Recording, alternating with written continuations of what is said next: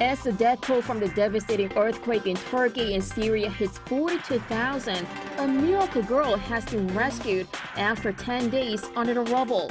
For the recovery of survivors, the UN is calling for $1 billion worth of aid.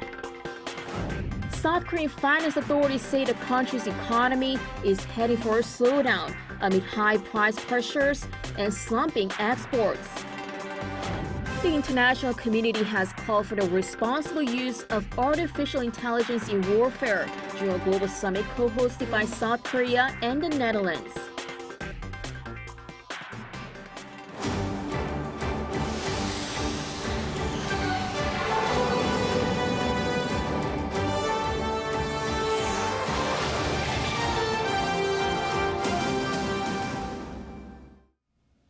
Good afternoon. As the death toll from the devastating earthquake in Turkey and Syria hits 42,000, there's yet another miracle story. A girl rescued after surviving 10 days under the rubble.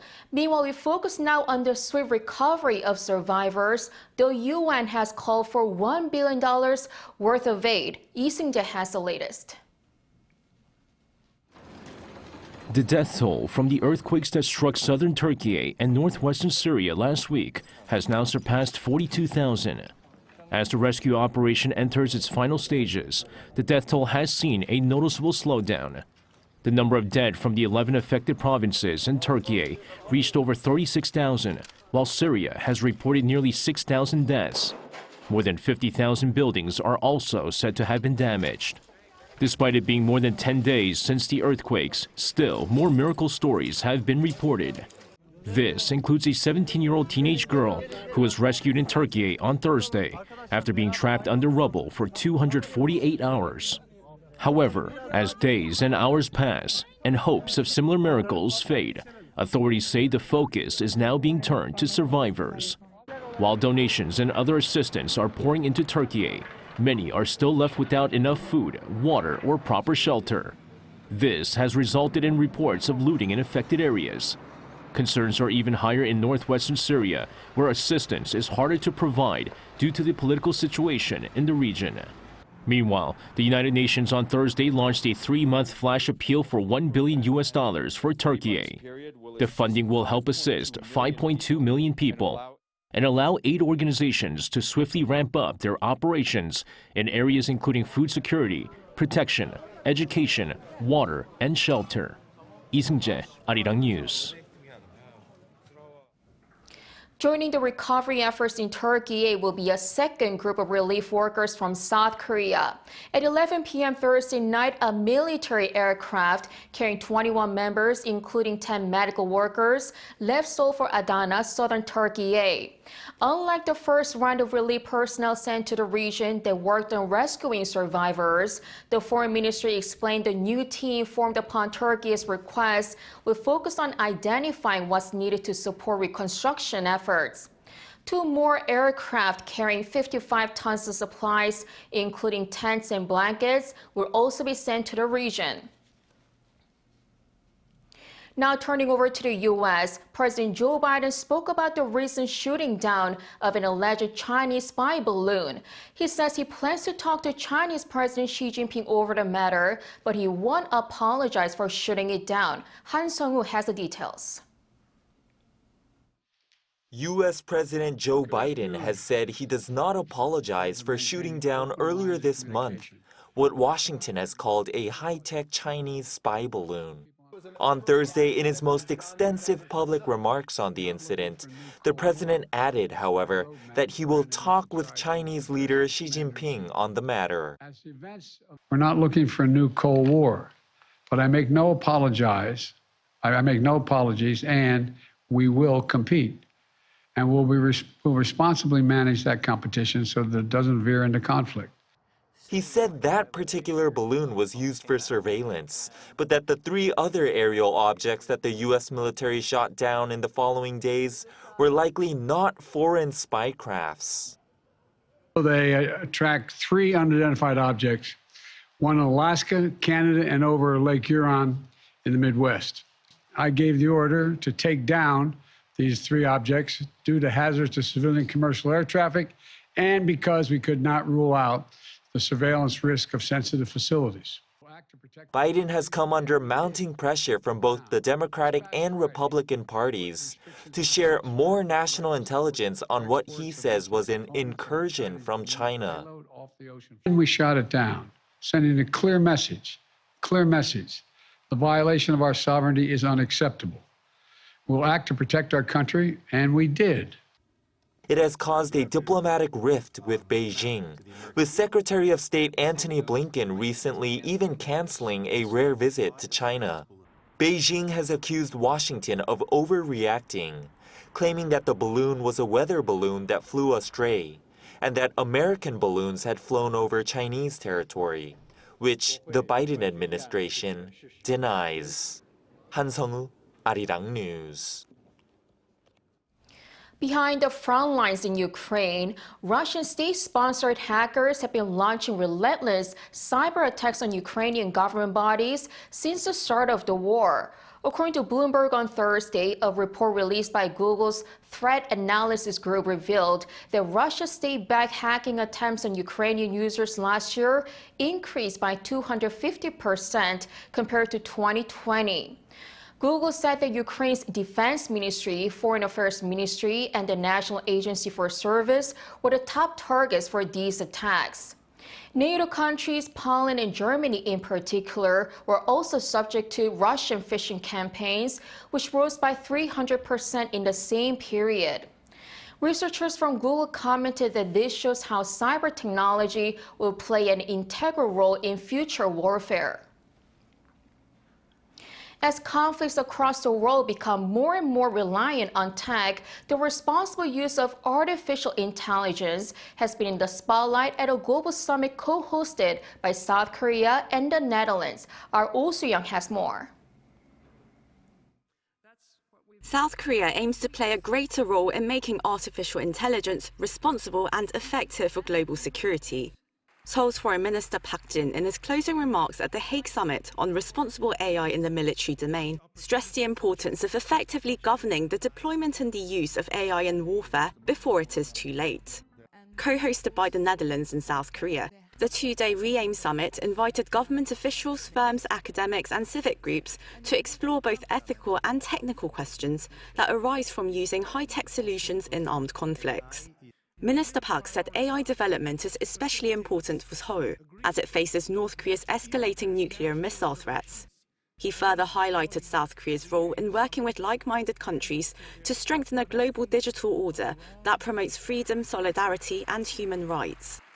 REAIM is a perfect example of how countries like the Netherlands and the Republic of Korea can try to initiate the dialogue on norms setting on emerging challenges that we face on a global level. So two relatively middle power countries working together, trying for the good of the world to try to discuss these kind of issues together. And that is what we can do as responsible middle powers or global pivotal states, like your president mentions that. Also, as IT powerhouses, experts say South Korea and the Netherlands can lead the way to ensure technology is developed to make the free world safer and more secure from aggressive forces in future warfare. The critical contribution of AI is shortening the time between detection and response. This is the most important part. And I think we already have the technology to process information at a vast scale. But what's important too is to ensure security of the communication within the battle network where AI processing takes place. And that's the critical part, I believe. So Korea definitely has I would say, an advantage in this field. The second REAIM summit will take place in South Korea next year. Oh Soo-young, Arirang News. South Korea will increase the number of flights to and from China by the end of this month amid a seemingly stable COVID-19 situation. Prime Minister Han Duck-soo said on Friday that the country will increase flights between South Korea and China to 80 per week from the current 62. He added the number will gradually be increased to 100 per week starting next month. The government will decide next week whether it would also lift the mandatory PCR testing on travelers from China before departure and upon arrival in Korea.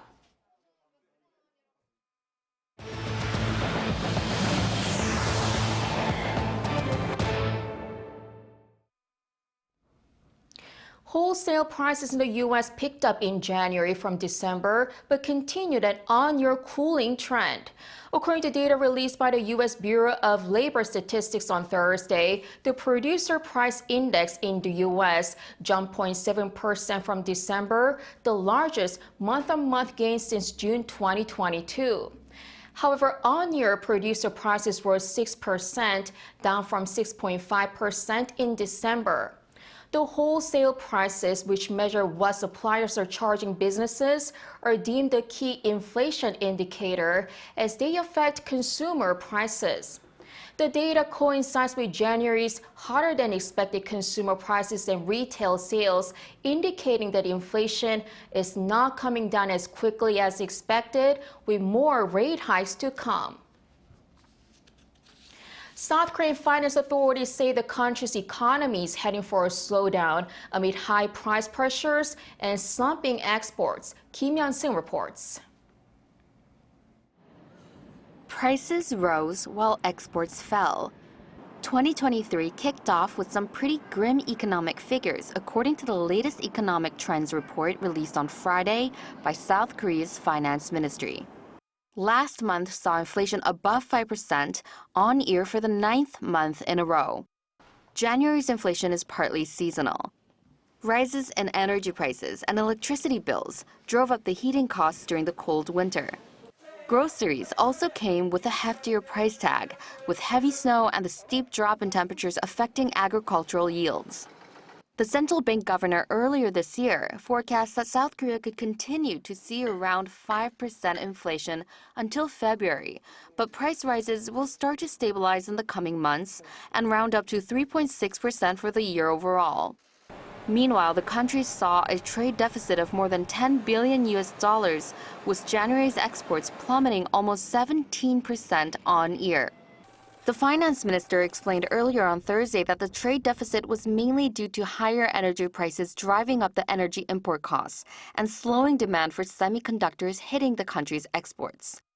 For the 9th month in a row, the finance ministry has warned that the South Korean economy may be heading towards sluggish growth, with China's reopening not yet having the expected impact. The continued war in Ukraine and monetary tightening policies seen worldwide, uncertainties continue to brew for the global and South Korean economy. Kim Hyun-sung, Arirang News. With everything becoming more expensive, soaring heating costs have especially become a burden for people in South Korea over the past few months. Some are now paying double what they were before. Small business owners are feeling the strain too. Lee Dae-yeon has the details. Heating bills have become a bomb. That's what people in South Korea have been saying lately. My heating bill has more than doubled. I am trying to adapt to life with less heating. I'm seeing sky-high gas bills now, but we're not able to save money on the bills. We can't even consider raising food prices because then there would be fewer customers.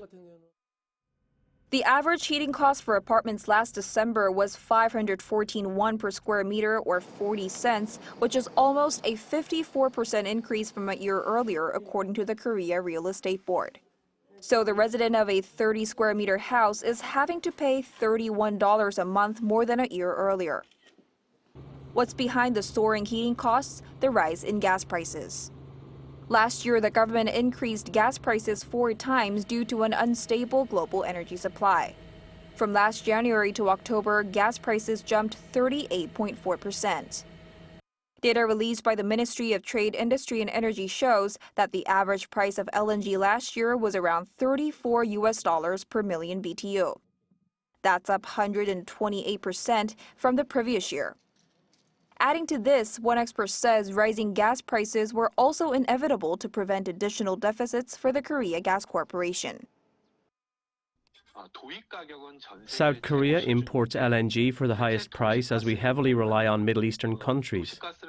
But the country's gas costs for citizens are one of the cheapest in the world, so Korea Gas Corporation saw a deficit of over $7 billion last year and expect to see more. To cope with the skyrocketing energy costs, the government on Wednesday announced that it has decided to slow down gas rate increases. It also pledged to expand financial aid for low-income households to help pay for their heating with support of up to 590,000 won each, or up to $460. One expert says external factors are too significant to stop gas price increases. From the war in Ukraine and the US-China trade war, successive shocks have combined to keep uncertainty elevated in the financial market. Foreign currency rates also affect gas prices too, which means high gas prices will remain for a while. To brace for this, people are also sharing tips on how to save on heating bills. Methods include turning on a humidifier, which can help maintain indoor temperatures as the heat cycles with water vapor. And lowering the temperature instead of setting thermostats to away mode is recommended when you go out. And some experts say home energy efficiency checkups can also help. Lee Dae-hyun, Arirang News.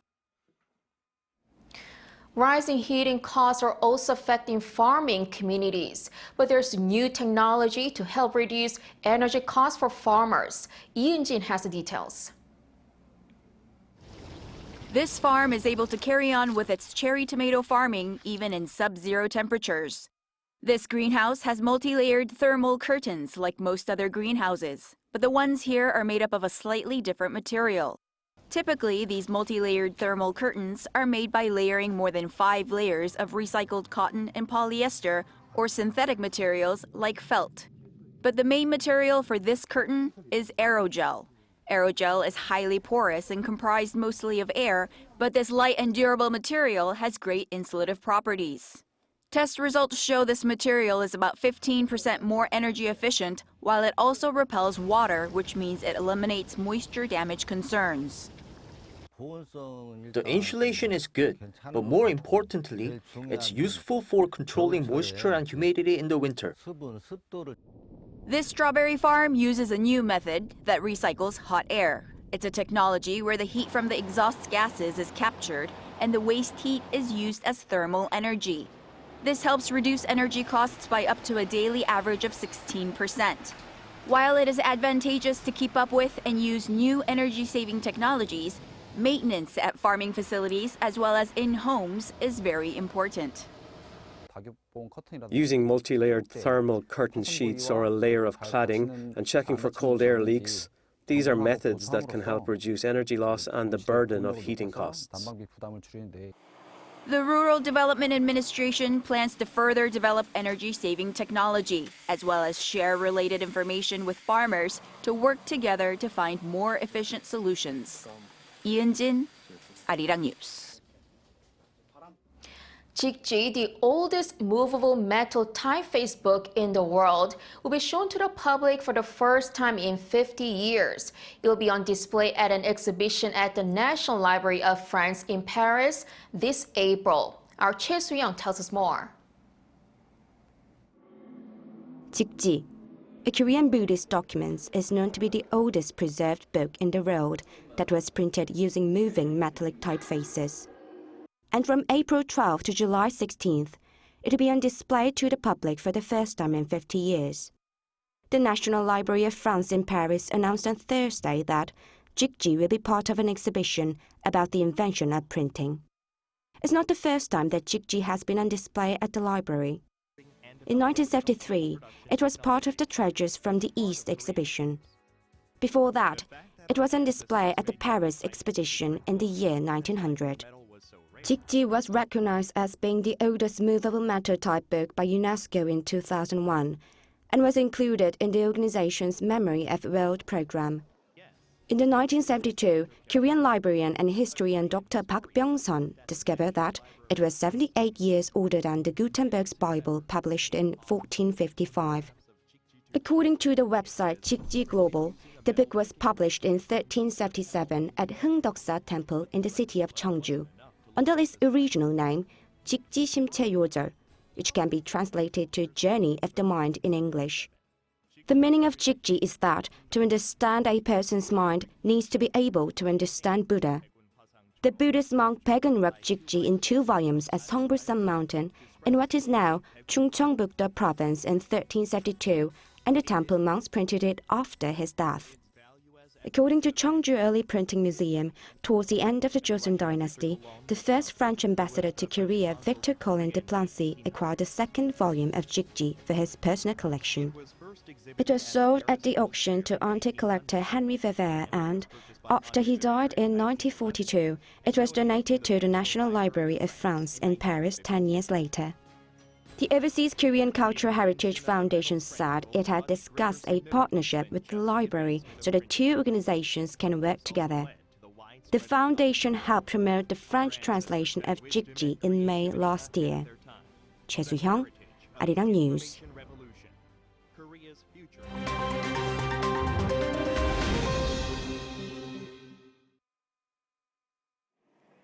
Let's take a look at what's going on in the world now. In Spain, its parliament has given the green light to a law that makes it easier for people to legally change their gender. The law was given final approval by the Spanish Senate on Thursday local time after passing a vote with 191 in favor and 60 against. The new law means that anyone above the age of 16 can legally change their registered gender without medical supervision. Those above 12 can also do so, but only with special permission. Previously, those wanting to change their legal gender needed an official medical diagnosis of gender dysphoria. They were also required to have been on hormonal treatment for 2 years.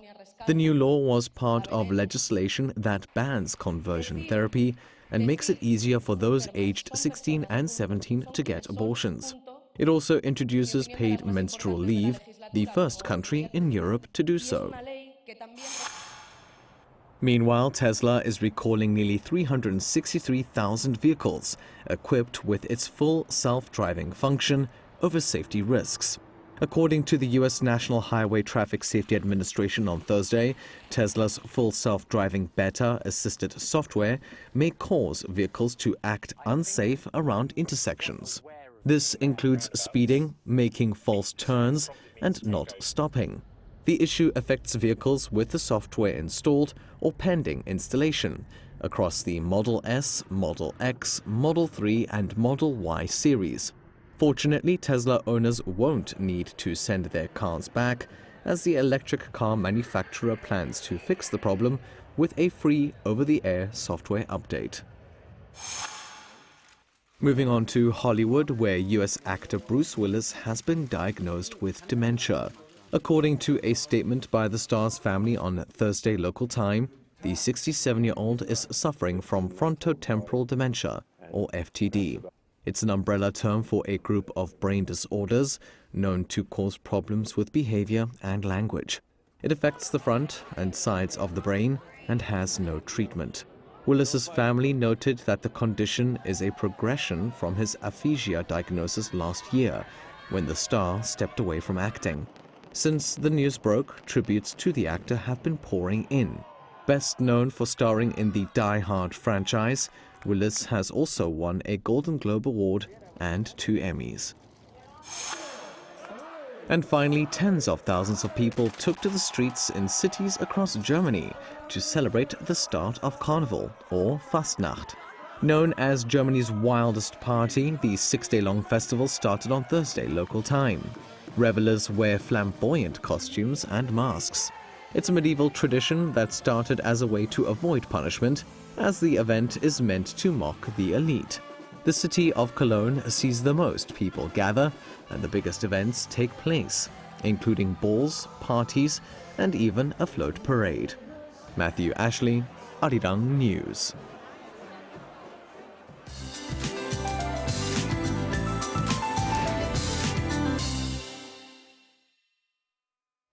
Good afternoon. It was a chillier start to the day, but highs are rising fast across Korea, jumping even more than 10 degrees Celsius in some parts of the country, hovering way above the norms. So please beware of big temperature swings and take good care of yourself. Along with the rise in temperatures, the capital region and Chungcheong-do province are having bad dust levels today, and Daegu and Gyeongsang-pukdo province will see bad levels at night. Now, southern parts of the country are having double-digit highs under cloudy skies. And the further south you are, the cloudier the skies are with rain in the forecast from Jeju Island this afternoon. The rain clouds will spread to southern provinces tonight, and by tomorrow afternoon, it's going to rain nationwide. Then mountainous regions in Gangwon-do province will be snowy instead. Temperatures remain higher than norms despite precipitation this weekend. Then there will be a big drop in readings early next week. With that in mind, here's a look at the weather conditions around the globe.